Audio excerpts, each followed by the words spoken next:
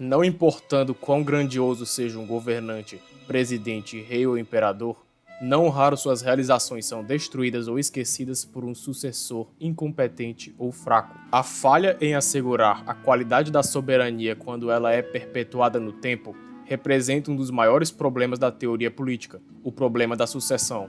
Se aquele que substitui o governante atual não possui a habilidade e a ambição necessárias para manusear o poder, a ordem política iniciada ou continuada por aquele se degenera, podendo se tornar algo maléfico ou ter a sua própria existência ameaçada.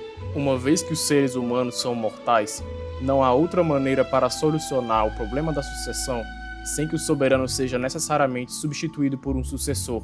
A perspectiva de sucessão como herança é um dos pontos nevrálgicos que permitem classificar os numerosos modelos familiares, os quais foram traçados pelo sociólogo francês Emmanuel Todd em seu livro Explanation of Ideology. Nesse livro, os modelos nuclear igualitário e nuclear absoluto, aplicados respectivamente na latinidade e na anglosfera, além do modelo autoritário, aplicado irregularmente, diferem-se injustamente na maneira de como os filhos herdam, ou seja, sucedem os pais.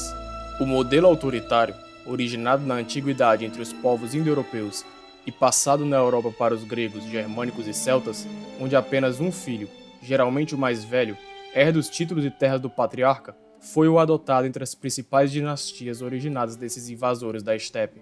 A forma de sucessão monárquica é a mais natural, pois nela há a regra da primogenitura. O filho mais velho, independentemente de quaisquer outras qualidades, verá em sua cabeça a coroa quando o rei morrer.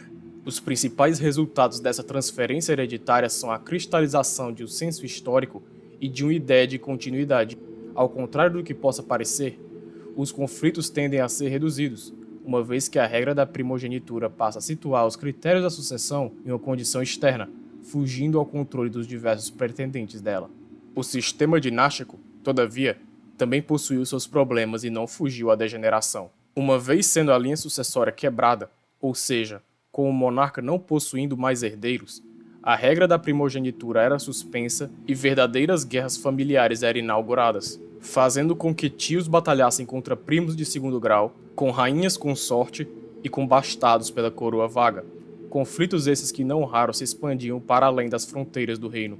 Com o advento do, entre aspas, século das luzes, as antigas monarquias ocidentais começaram a cair, e os iluministas tentaram substituir a regra antiga e orgânica da primogenitura por uma regra escrita, e assim redigiram as constituições que regularam a sucessão republicana, as quais priorizaram uma pretensa alternância de poder.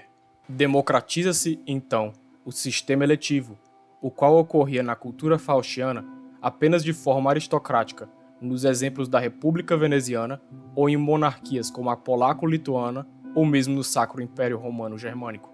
Como se sabe, os problemas foram ainda maiores nesse sistema do que no monárquico. Apesar de ter sucesso em transferir os conflitos faccionais para o plano meramente simbólico por meio das eleições, a alternância de poder acabou com qualquer noção de continuidade extraconstitucional e buscou minorar o senso histórico com o sucessor do governo anterior, não raro buscando ofuscar as realizações do governo passado, isso quando não as buscava destruir.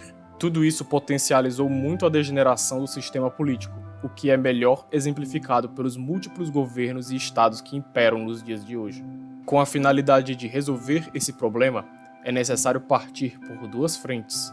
Propor o melhor sistema de sucessão, o qual consiga perpetuar por mais tempo uma seleção soberana de qualidade elevada e de evitar ou de reagir à degeneração de uma dada ordem política. Dessa forma, é bom relembrar o que foi dito por Adam Katz em seu artigo A Seleção do Soberano, o qual já está traduzido para o português no site Cabo das Tormentas e será posto na descrição desse vídeo. A soberania apenas pode ser transferida por meio do recebimento, ou seja, por meio de uma alienação deliberada ou por meio de uma captura pela força, sendo essa afirmação a solução para os dois respectivos problemas antes postos. A alienação deliberada deve ser almejada quando se está dentro de uma dada ordem política e se quer assegurar sua estabilidade.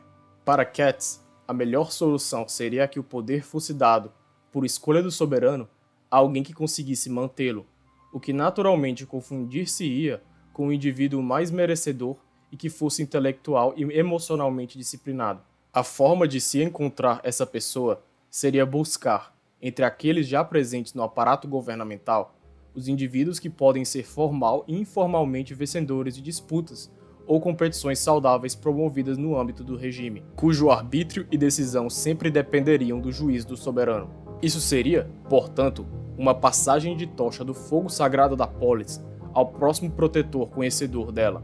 Com o encorajamento da honestidade e da humildade entre os competidores, seria possível também evocar talentos para o regime em meio à população.